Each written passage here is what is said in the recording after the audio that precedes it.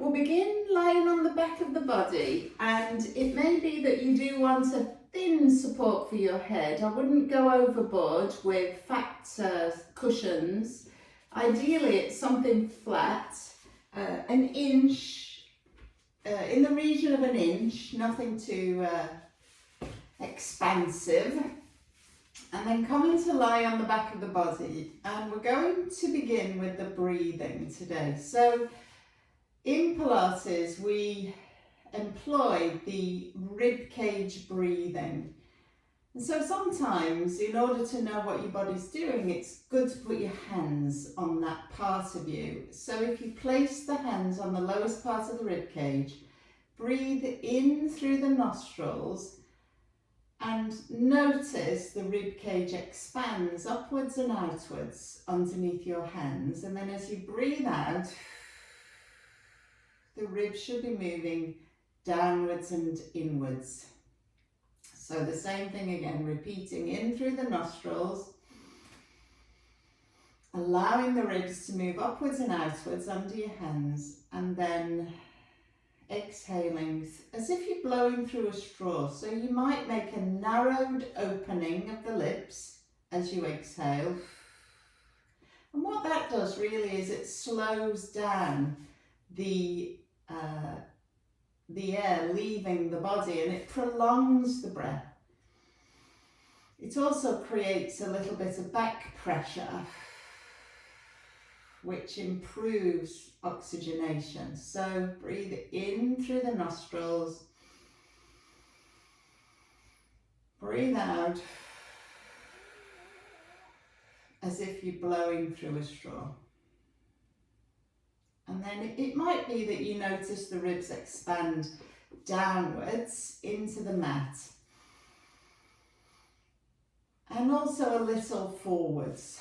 So in all three dimensions, forwards, sideways and backwards, we want to feel the ribcage expansion and focus on breathing into the ribcage as we move through the session. So now coming to the pelvic bowl.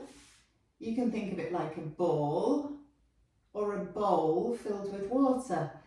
And if you rock the pelvis forwards and backwards, then your bowl, you can imagine tipping the water out of one side, the front, and then out of the back, as you rock the pelvis forwards and backwards. And so as you rock the pelvis, notice the spine arches, and then the spine will flatten.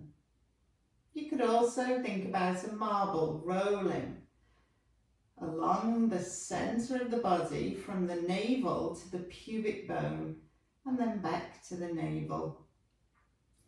And then bring that marble to rest somewhere in the mid position, so that in this position the pelvic bowl is parallel with the ceiling, and the pointiest part of the pelvis is shining a light up towards the ceiling. And then we want to consider the abdominal activation that is integral to the Pilates method. And so place your fingertips on the pointy hip bones, walk in 1 inch and down 1 inch. And you're palpating in the soft part of your belly. So then there's a variety of ways that we can encourage these muscles to switch on, and to begin with, make sure that you are completely relaxed, otherwise you won't notice the difference. And so we can imagine bringing the two pointy hip bones in towards each other like there's two magnets on the bones, and the magnets are drawing in towards each other. And what you should notice underneath your fingertips is a little bit of gentle activity, so that you feel the sheet of muscle underneath your fingertips develop some tension. And you don't want to feel like your belly's jumping up under your fingertips, just like you've got a flat sheet of cling film and you've pulled it over the top of a bowl and it's coming under tension.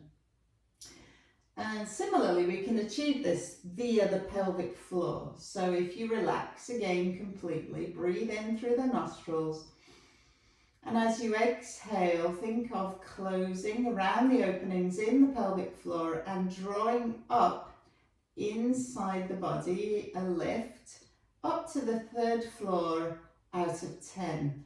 And in doing that, again, you should feel some activity develop underneath your fingertips. Now, this doesn't always happen the first time that you try it, but hopefully with practice, this is something that improves and you're able to do more quickly, more readily. And so this contraction of the deep abdominal layer, transversus abdominis, as it is called, we want that to accompany the movements as we go about the session. And so the next piece of the puzzle is the rib cage, the back of the rib cage.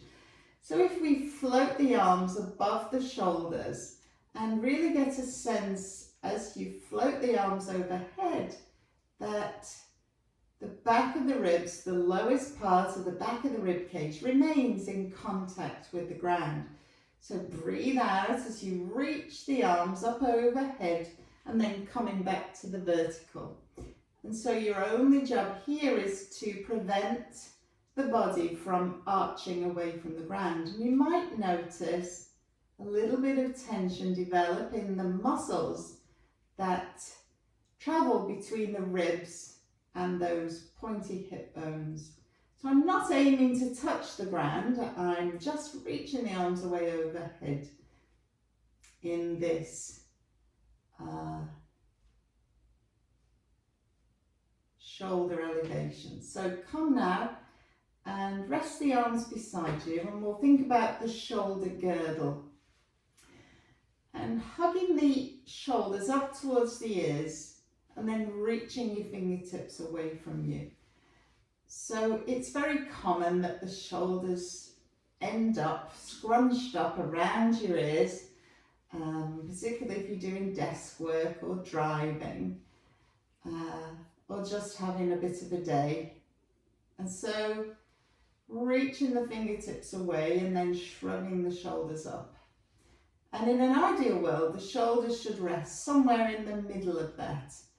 So they're not up around your ears, but equally you're not pressing them away from you. And then bringing the fingers above the shoulders, let's reach the 2 sets of fingertips away towards the ceiling and then back, allowing the shoulder blades to move around the sides of the rib cage as you do. And so you notice the shoulder blades, as you reach the fingertips away from you, they will slide around the side of the rib cage and then returning the fingertips, we return those shoulder blades underneath the back of the body. So as we lie on the ground in an ideal world, the shoulder blades are there underneath the back of the body and that the shoulders are not hugging up around the ears. So resting the arms beside you now, we move to the head and neck, the alignment of the head and neck. And so the gaze gives us a good indication of where your head is pointing. And so beginning with the eyes looking more or less straight up to the ceiling, gently nod the chin towards the chest, allowing the gaze to drop very slightly on the ceiling. And so you notice a lengthening through the back of the neck at that point. And you could imagine an orange underneath the chin, between the chin and the chest. And you're just gently holding on to an orange. And so in this position, we maintain the neutral curves of the spine. And really, we don't ever want the eyes to be looking behind you. That's the most important thing to consider. So now we've had a whistle stop tour. The heels are in line with the hip joints. You've got about a fist distance between the knees. And in this position, we're going to begin to move. And so sliding one leg away from you and then bring it back in towards you and alternate legs. So as we begin to move the body, again, sometimes it's helpful to get a sense of what is happening, to feel what's happening in the body. So you can place the heels of the hands over the pointy hip bones and then just fan out the fingers over the abdominal region. And as we slide the leg away from you, the bones underneath your hands are not moving forwards or back or side to side, and that the muscles of the abdomen are gently under tension as you move that leg, sliding in the first instance along the ground. And so it's really important that you connect with your own bodies and focus your mind in on the sensations that you experience, and as much as possible we want the movements to be the best quality movements that we can make. Make this one the last one. And now reaching the arms overhead, keeping the rib cage connected. We're going to add the arms and the leg together. Bring the leg in line with the hip joint, sliding outwards. Really focus on those muscles in the front of you. Breathe out as you breathe out, making the gap bigger. Breathe in on the return. And the shape of the body underneath the back of you isn't changing at all. Not even a little bit. And make this one the last one. And then returning the arms beside you. And I do like to turn my palms up to the ceiling just to open and lengthen through the collarbones in the front of you. Really important to keep the collarbones long and open. And so now we're going to open one knee towards the side of the room and then the other knee. So if I turn around, you'll see that the knee opens to the side and then the other side. So the resting leg, you could imagine a cup of tea on the knee, because you don't want the resting leg to join in moving at all. The movements are smooth and flowing and controlled. And again, the hands over the front of you can just give you clues as to what is happening in your body.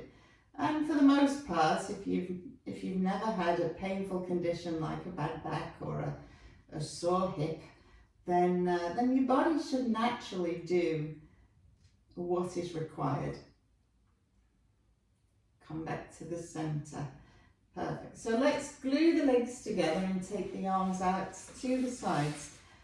This time rocking the knees from side to side. Turn the head and look over the opposite shoulder, so you're giving yourself some rotation all the way through the spinal column.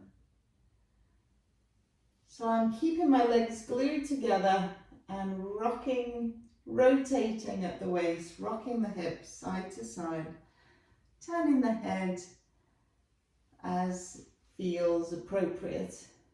So the key thing as we do this is to notice the muscles on the front of the body. You can imagine an X shape from rib to hip on each side of you. And so as you go to the side, one side of the X is lengthening, and on the return journey, it is shortening. And so you want to really feel those muscles at the waist working, particularly to pull you back to the center. And at the same time, remember, you don't want to overarch the back when you get to the edge. So make sure you've got your heels close enough to your bottom to feel rotation of the lumbar spine. Make this one the last one, and then come back to the center. So walk your feet hip distance apart, arms down beside the body. And now we're going to explore hovering one leg into tabletop. Tabletop, 90 at the hip, 90 at the knee, and then lower it down and do the same thing on the other side. Breathe out as you lift, breathe in as you lower. Hands over the front of you just to notice what's happening. And as I said, the pelvic bones should remain completely still. Feel like you're moving at the crease of the hip joint and that the leg is floating. The lighter the leg feels, the more we know you will be using those muscles of the center in the appropriate way. And so the most challenging moment is when you change from leg to leg. And so remember that at that moment of change or exchange, a little bit more mental focus and mind-body connection will help to prevent any translation of the pelvis. Exhaling, I like to blow the leg up into the air, thinking of a helium balloon floating into the air. And you're alternating legs. And come to rest now with one leg in this tabletop position.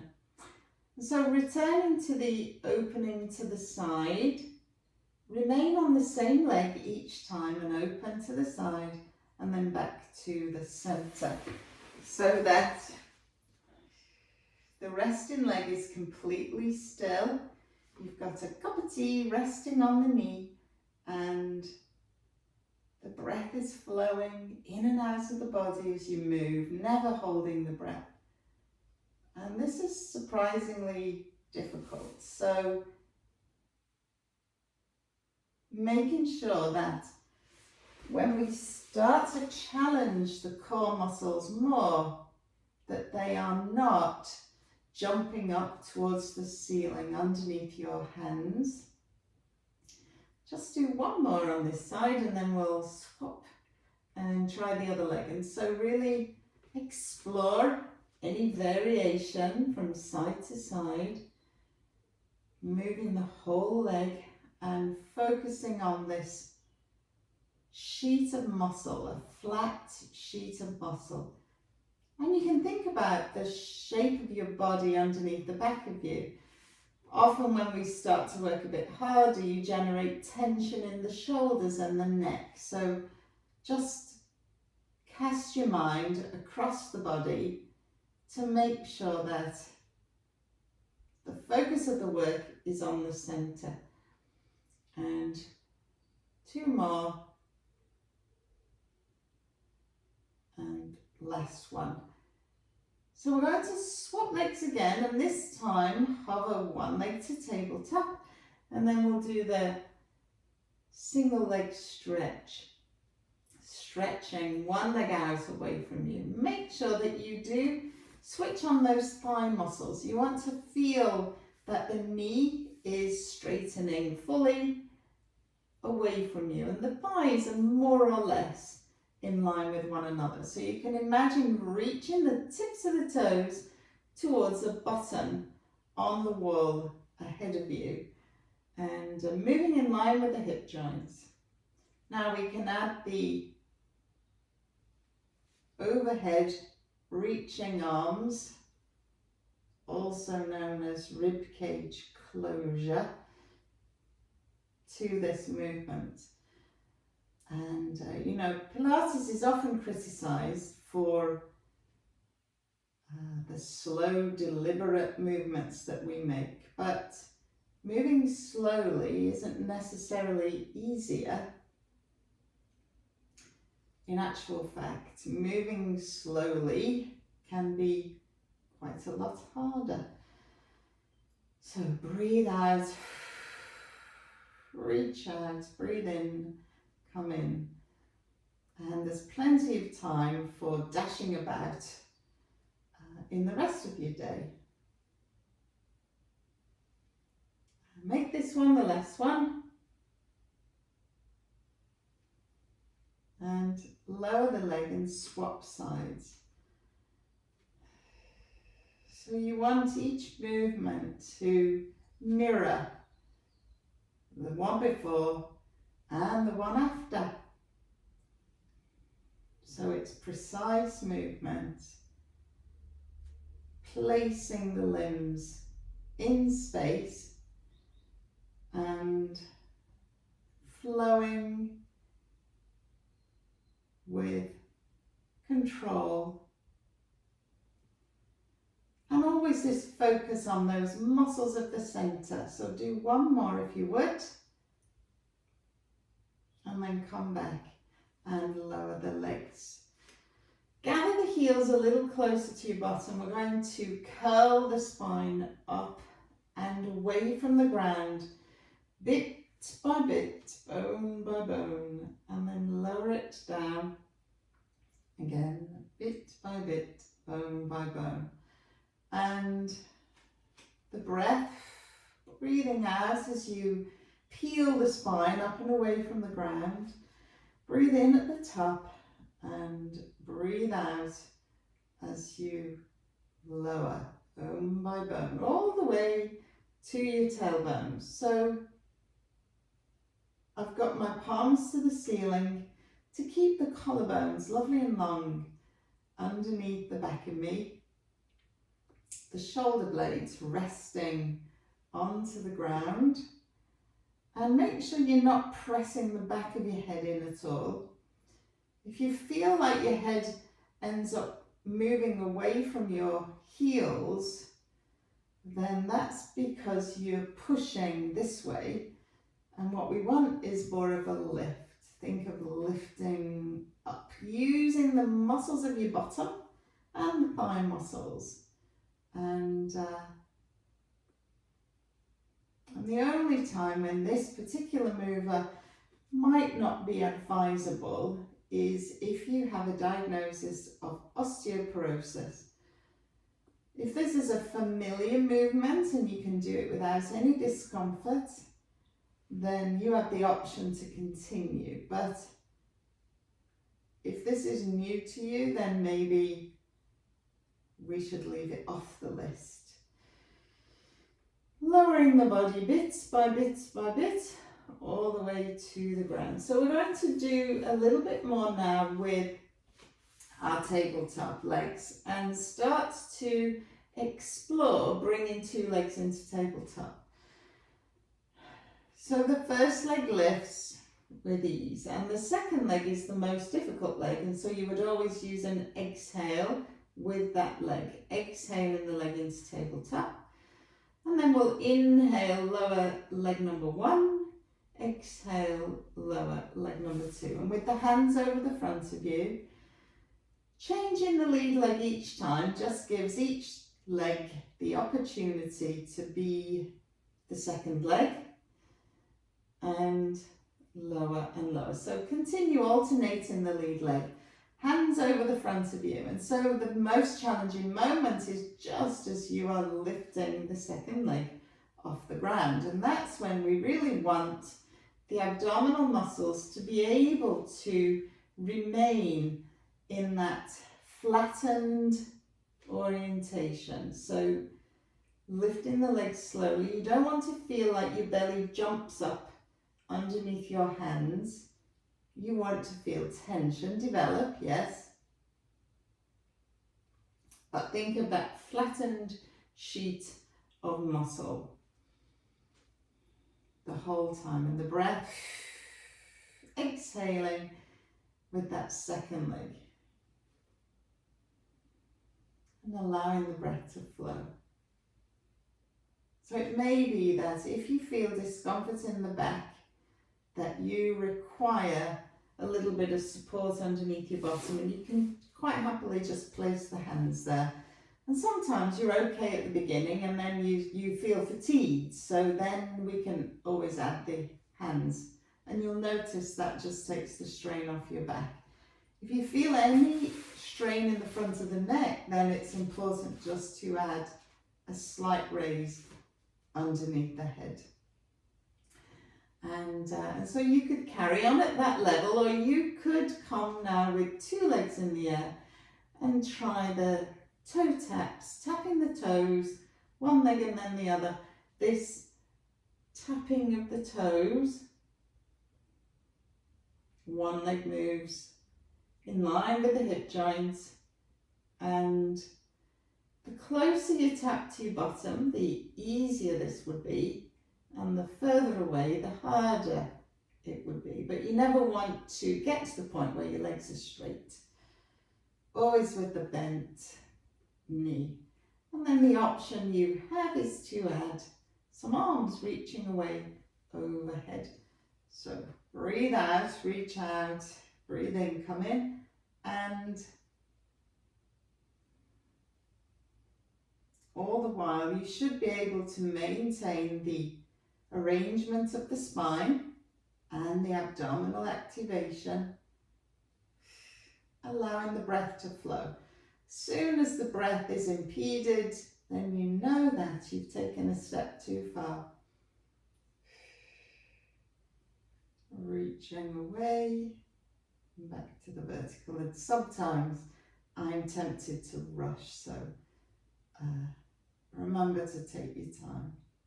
And then last of all, reaching the leg long, that single leg stretch.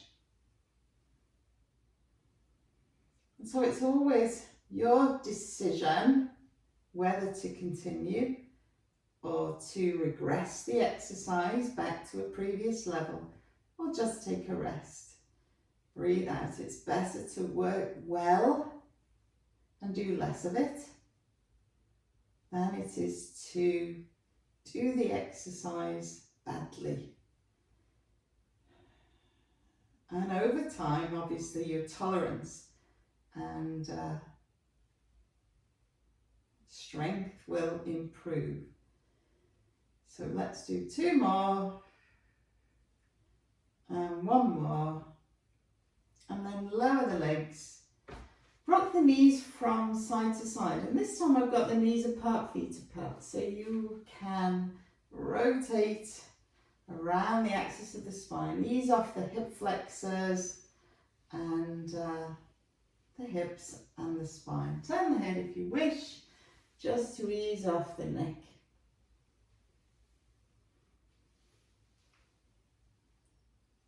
Very good. So this time I'm going to give you the option in double tabletop to open one knee to the side, back to the center, and then the other knee to the side. So again, the resting leg is not moving at all, and the movement of the hip is smooth and flowing. Breathe in as you open. Breathe out as you close. And just pay attention to the neck, the shoulders, the face, the jaw, remaining nice and relaxed. So the work is in the front of you. That's where we want it. Smooth, flowing movements. And always, if you want additional challenge, taking the arms off the ground, and you could reach this time the opposite arm overhead. So you've got that option, opposite arm overhead.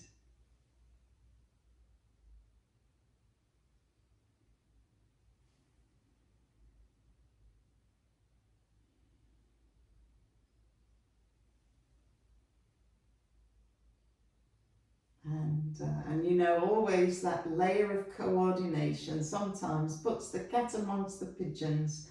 So take your preference with or without the arms. And let's do 1 more on each side. And then the other side. And hug the knees in towards you so you can rock around, massage the back of you. And we're going to rock up, if that's okay, or come up any which way. onto all fours. Wonderful. So position the hands just a little ahead of the shoulders, and we're going to round and arch the body like the angry cat, and then sink into the hollow shape.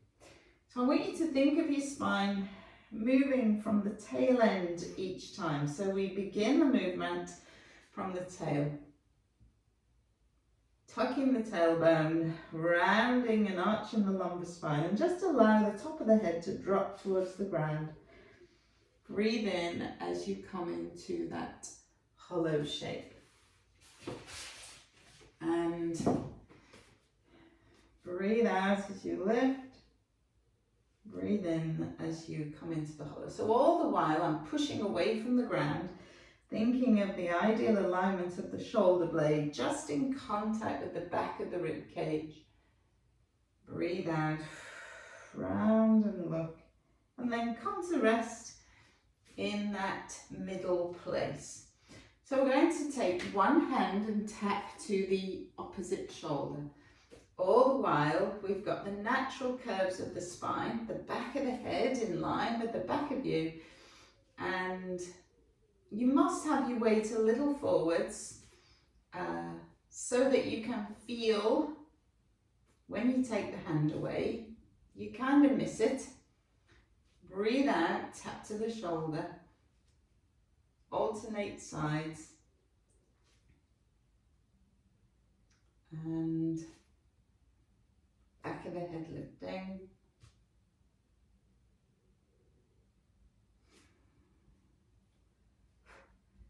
Wonderful.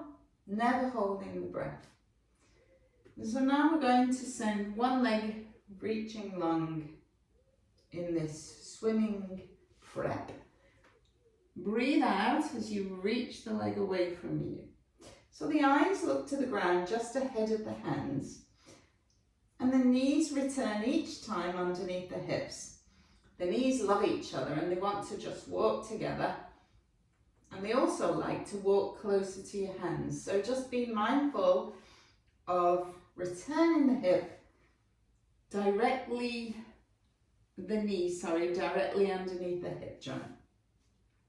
Breathe out, reach out. Breathe in, come in.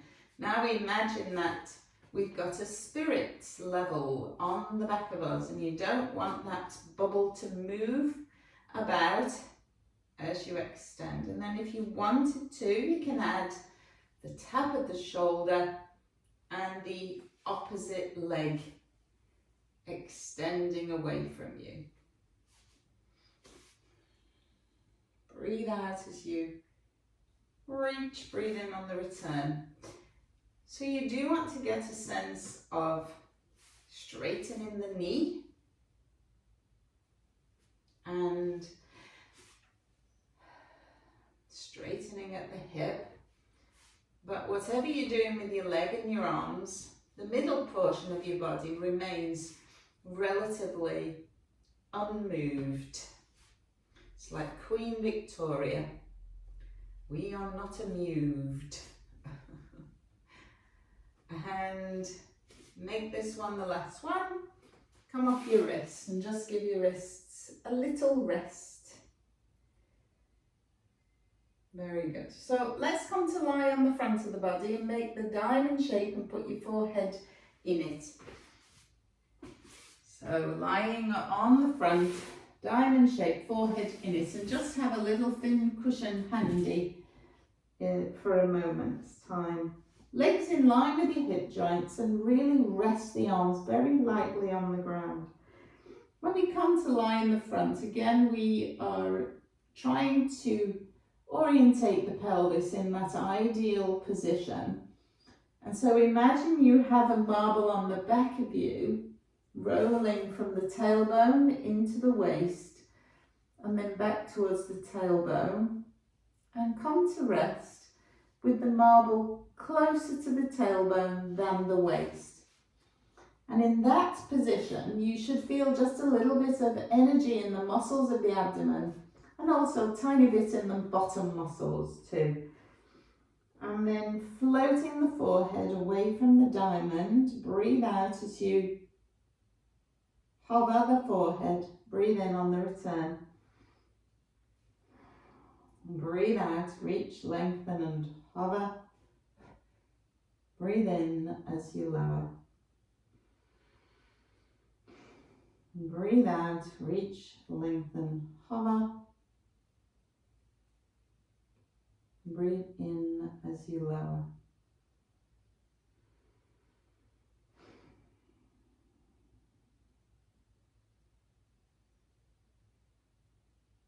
And back of the head lifting. Eyes look into your diamond and the arms rest only very lightly on the ground. So this is a really great exercise to combat the head forward posture that is increasingly a problem with the passage of time. Lots of screen work and driving and such like. So let's take the support now underneath the forehead and bring the arms into a W shape.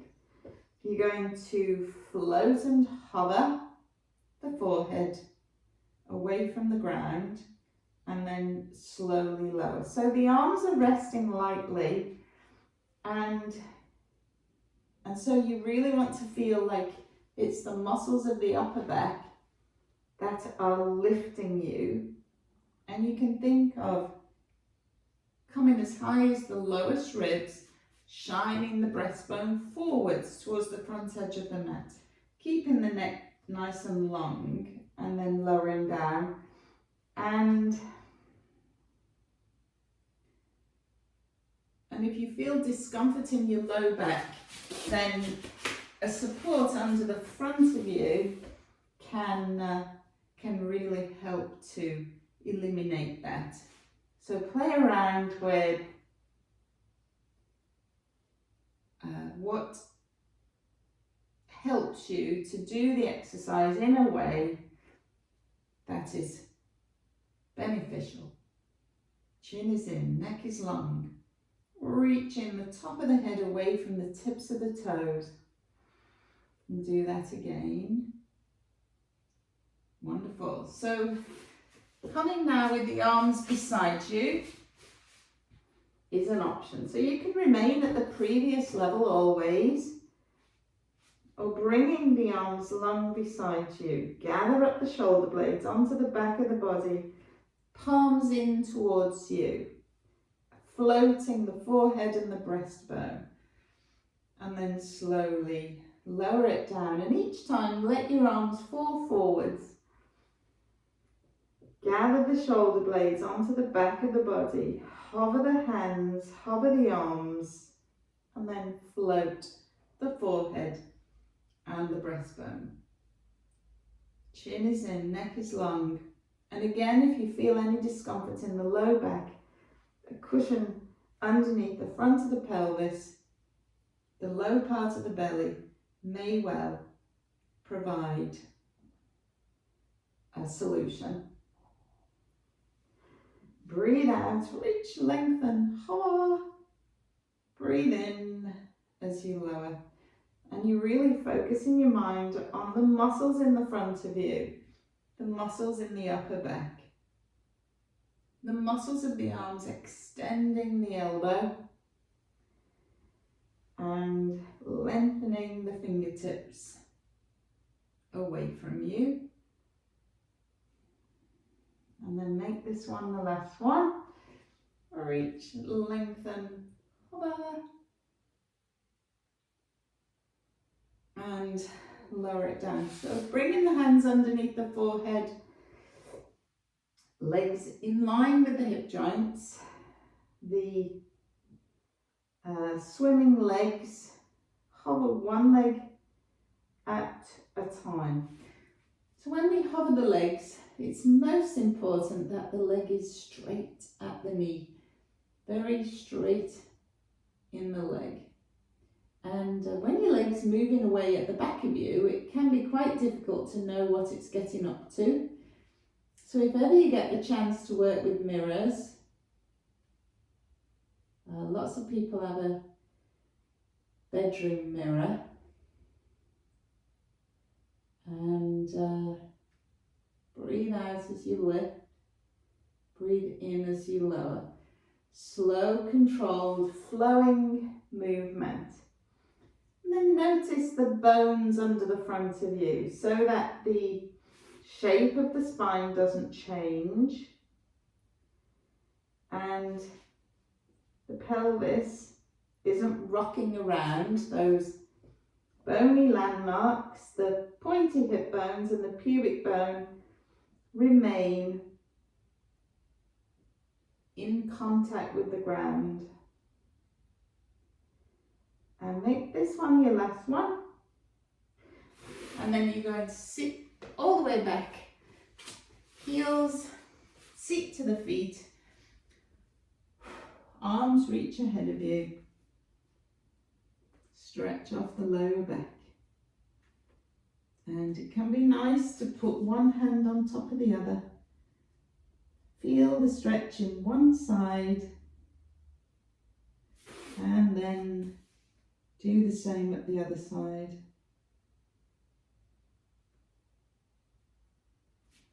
All right, very good. So coming to lie now on the side, and we're going to work on our clamshells. High on the hips, got the heels in line with the back of you, a bit of space in the waist, arm up underneath the head, and imagine a cup of tea on your hip. Fingertips lightly in the front of you, so you can imagine you've got your fingers on eggshells and you don't want to break those eggshells. Breathe out as you lift, breathe in as you lower. We always want to feel this in the muscles in the back of you, not in the front of the hip, so that sometimes, again, you just need to feel that bit of you that you know you want to work. Breathe out as you lift, breathe in as you lower. And you can imagine your feet like the spine of a book and the pages open and close. And then we've got that gentle, low level of activity in the muscles in the front of us. Breathe out as you lift, breathe in as you lower. And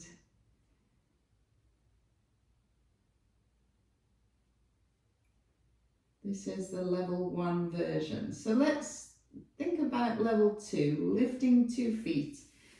When you do that, your pelvis may rotate inwards slightly, and that's okay, as long as you've still got a tiny bit of space in the waist, just enough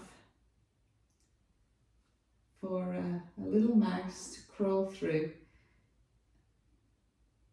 Breathe out as you lift, breathe in as you lower, toes together touching.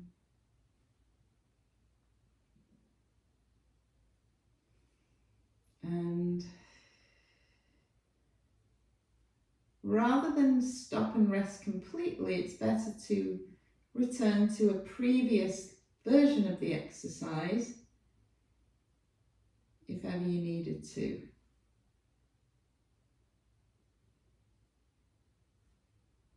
And very good. Lower the knees, lower the feet. So I'm going to straighten the underneath legs and bring the tip of the toe behind the knee this time. For our level 3 version, down, the knee towards the ground and then up. So I've got my tip of my toe on the ground, but it's at the back of my knee, and it's a lot harder not to break those eggshells now, isn't it? So just bear in mind your eggshells in the front of you. And just do one more. Very good. So bend the knees up, give it a pat, give it a good pat. And now we're going to hover that leg to tabletop. The ankle is flexed with the toes up towards the shin. I'm gliding the foot forwards and backwards at hip height. So you can imagine you're on a glass coffee table. We nipped over to Japan. It's one of those low coffee tables, or a low dining table, I guess. Inhale forwards, exhale back. And the sole of your foot traveling towards the wall at the back of you, and then keeping everything lovely and still. So you really want that movement at the crease of the hip joint, and so the pelvis stays lovely and still. It's not joining in at all. And make this one the last one. Come back to center and lower it down. Very good. So coming up onto the forearm, and we'll do a side bend prep. These maneuvers, taking load through the shoulder, can be challenging. So obviously, you know, if this is not for you, then you'll know it. Elbow directly underneath the shoulder, palm to the ground, breathe in to prepare, breathe out and lift the hips so that you are coming into a bit of a banana shape, and then lower it down. So I want you to feel this shortening on the waist in the underneath side. Breathe out as you lift. Breathe in as you lower. And do it again. Breathe out as you lift. Last time. Breathe in as you lower. Perfect. Okay, let's do that on the other side. Come into position and think of the back of your head, shoulders, hips and heels in line with the back edge of your mat. A little bit of space in the waist on the underneath side. We can think about lengthening through the waist on the top side. Lightly on your eggshells in the front of you. Breathe out as you lift, breathe in as you lower. And all the while we can be thinking about those deep abdominal muscles. This clamshell exercise is a perfect opportunity to engage into the pelvic floor also. And so as you lift the leg, you can squeeze around the openings in the pelvic floor and then create that lifting sensation. So it's a relaxation on the return and a contraction as you lift and open the knee. And breathe out as you lift, breathe in as you lower. And then let's float 2 feet into the air and do our level twos. So the toes touching the whole time. And this side leg work can play into any tension you've got in your neck. So do be very aware of keeping the neck soft and relaxed, along with the tongue and the jaw and the muscles of the face. We've got our Pilates face, serene Pilates faces. Breathe out as you lift, breathe in as you lower. Lower the leg, straighten the 2 legs, tip of the toe behind the knee, and then it's the knee coming forwards, not necessarily to touch the ground because you don't want to rock. Keeping that pelvis square and level. Breathe out and try your best not to break those eggshells in the front of you.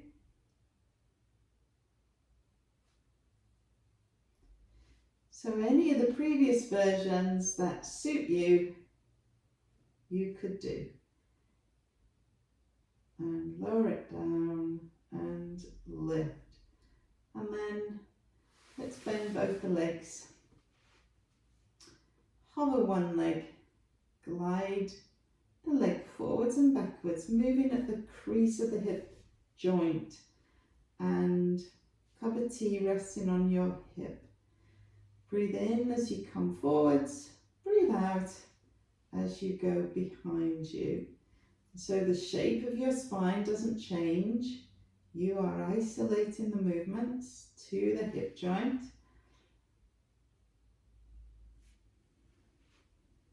Lightly on your eggshells.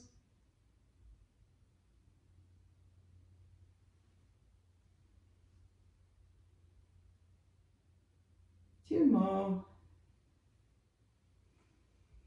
And last one. Very good. So lower the leg and give it a pat. Come up onto the forearm, elbow straight under the shoulder, and keep that length through the waist. Breathe in to prepare, breathe out, lift and hover the hips, shortening the waist, and then lower it down. Breathe out as you lift, shorten the waist. Breathe in as you lower. And last time, reach, shorten the waist. Let the head just follow the spine, lower it down. Wonderful. So we're coming onto the back and we'll stretch off those bottom muscles that we just worked quite hard on. Placing the foot up onto the opposite knee. We can use the hand to ease the knee away from you. And just remember about the rest of you, so that the spine is in a line, chin is gently nodding towards the chest. And then if you feel comfortable, to reach one arm between the legs, one arm around the legs. Breathe in and out. Nod the chin in.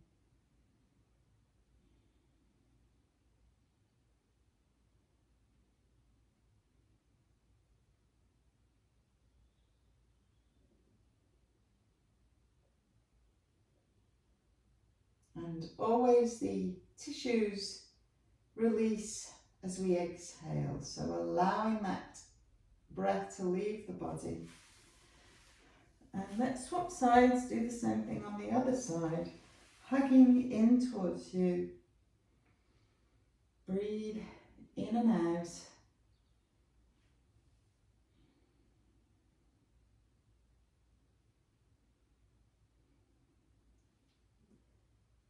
Flexing the ankle on the top foot towards the shin can just help to support the knee.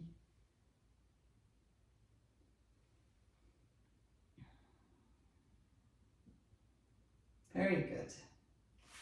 Lower it down. So let's draw one leg in for the hamstring stretch. And we can circle the ankle.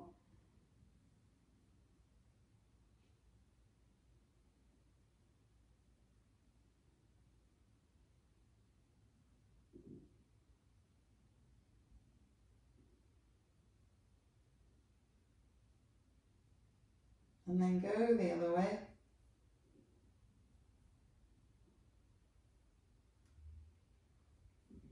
And swap legs. Drawing the leg in towards you. So to target the hamstring, ideally the leg wants to be as straight as is possible. And you can do this stretch with the rubber band around the sole of your foot if you find that is easier. And then circle the ankle the other way.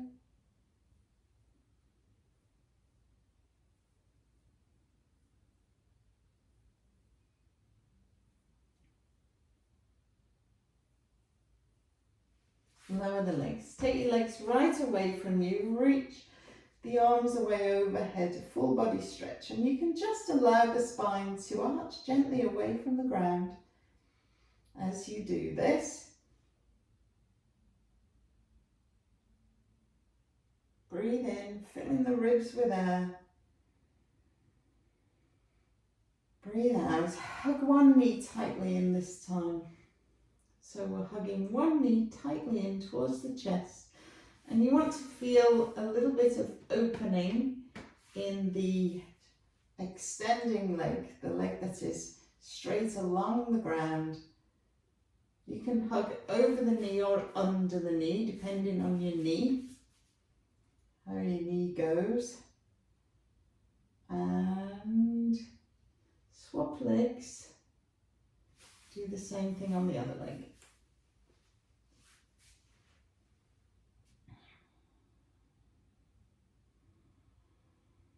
Breathe in and out, relaxing the muscles around the front of the hip joint. And last of all, soles of the feet together, let the knees fall apart and feel that opening on the inner thighs. Relax and sink the whole rest of the body heavily down into the ground. Just for a moment of brief relaxation after you did all that hard work.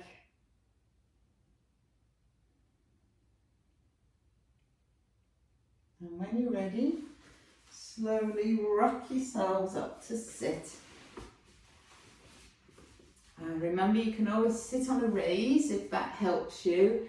And it's best to sit on a raise and be lovely and upright than not. Fingers at the side of you, reach up out of the waist, soften the supporting arm and remember the shoulder down and away from the ears. And again, inhale, reach up and out of the waist, soften and relax. Do that one more each way. Inhale, reach, and last time, come to sit and take a big breath in, breathe in and breathe out, and last time, big breath in, and as you exhale, grow the head to the ceiling, the tail to the ground. Good job.